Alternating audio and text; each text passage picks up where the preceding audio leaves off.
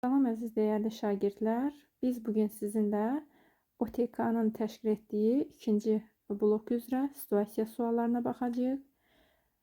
Situasiyamızın şərtində bizə verilib ki, velosiped və motosiklet satışı ilə məşğul olan mağazada müəyyən sayda 2 təkərli və velosipedlər və 3 təkərli motosikletlər var. Onların sayı 15, təkərlərin sayı isə 37-dir. Həm velosipedlərin, həm motosikletlərin hər birinin qiymətləri müxtəlifdir və onlar ən ucuzdan ən bahalıya doğru yan-yana qoyulmuşdur. Birinci sualda, 28-ci sualda mağazada hər nəqliyyat vasitəsindən neçə ədəd var deyə soruşur. Biz nə edəcəyik burada? Birinci velosipedlərə X ilə işarə etsək, motosikletləri isə Y ilə işarə etsək, sistem tənliyi quraraq biz bu tənliyi, məsələni həll edə bilərik. Bizə verib ki, nəqliyyat vasitələrinin sayı 15 dənədir. Onda yazırıq ki, X plus Y bərabərdir 15-ə. Ancaq təkərlərin sayı 37 olduğuna görə biz nə edəcəyik? 2 təkərləri 2x, üstəgəl 3 təkərləri isə 3y qeyd etməklə bərabərdir 37 yazırıq və biz burada sistem tənliyi həll edirik. Sistem tənliyi əlbəttə ki, toplama üsulu ilə yazacağıq. Yəni, birinci tənliyin hər tərəfini 2-yə vursaq, 2x üstəgəlsin 2y bərabərdir 30-a. Daha sonra ikinci tənlikdə olduğu kimi yazsaq, 3y bərabərdir 37-yə və alt-alta çıxsaq, 2x-lar islah olur. 3y-dən 2y çıxırıq. Y bərabərdir 37-dən də 30 çıxanda 7. Biz tapdıq ki, motosikletlərin sayı 7 dənədir. Velosipedlərin sayı isə x bərabərdir 15-dən çıxırıq nəyi? 7-ni. Cavab neçə olacaq? 8-ə bərabər olmuş olur. X də bərabərdir 8-ə. Bu qədər. Dəyərli şagirdlər, indi isə baxaq situasiyamızın ikinci sualına, yəni 29 nömrəli suala.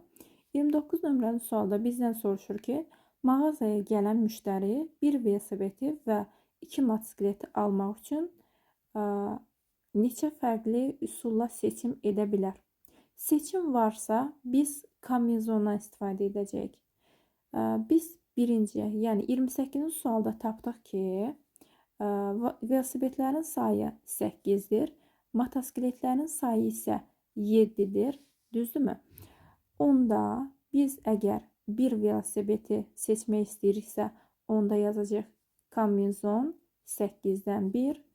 Burada və yazıldığına görə vurulsun kombinezon. 2 motosiklet seçdiyimizə görə kombinezon 7-dən 2-ni hesablayacağıq. Bunu da necə hesablayırıq kombinezonun? 8 faktorial bölünsün 1 faktorial vurulsun 7 faktorial yazmalıyam. 1 faktorialı ehtiyacı yoxdur yazmağıma. Onsuz da 1 faktorial bilirik ki 1-ə bərabərdir. Vurulsun 7 faktorial bölünsün 2 faktorial vur və biz 7-dən 2 çıxırıq. Eləyir neçə? 5 faktorial. İndi hesablamağa baxaq. 7 faktoriallar ixtisar gedir. 5 faktorialla 8 faktorialı ixtisar aparsaq, surətdə qalacaq 6 vur 7 vur 8. Bu 6 vur 7 vur 8-i də biz 2-yə bölsək, edəcək 168 üsul. Deməli, cavabımız olur 168 üsul. Şagirdlər, 3-cü sualda isə bizdən soruşur ki, velosiped və motosikletlərdən ən ucuzu uyğun olaraq 120 və 1200 manatdır. Hər növbəti velosipedin qiyməti özündən əvvəlki velosipedin qiymətindən 30 manat. Hər növbəti motosikletin qiyməti isə özündən əvvəlki motosikletin qiymətindən 200 manat bahadır. Ən bahalı velosipedin və motosikletin qiymətini hesablayın. Biz öyrəndik ki, burada velosipedlərimizin sayı 8 dənə, motosikletlərimizin sayı isə 7 dənədir. Onda biz bunu artım aralarında fərq eyni qədərdir deyə biz ədədi silsilədən istifadə edəcəyik. Yəni, A birim 120-dirsə, onda tapacağıq ki, A8-im bərabərdir 120 plus 8 vurulsun 30.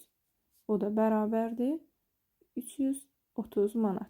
Deməli, ən bahalı velosipetimizin qiyməti 300 manatdır. 330 manatdır, daha doğrusu. Ancaq motosikletlər 7 dənə olduğuna görə və onların arasındakı fərq, yəni sislə fərqimiz 200 manat olduğuna görə yazacağıq ki, A7 bərabərdir. A7 bərabərdir 1200, çünki ən ucuzu 1200-dür. Üzərinə gəl, 7 vurulsun neçəyə? 200-ə. O da bərabər 2400 manat edir. Deməli, ən bahalı motosikletin qiyməti isə 2400 manatdır. Bu qədər. Diqqətiniz üçün minnətdaram.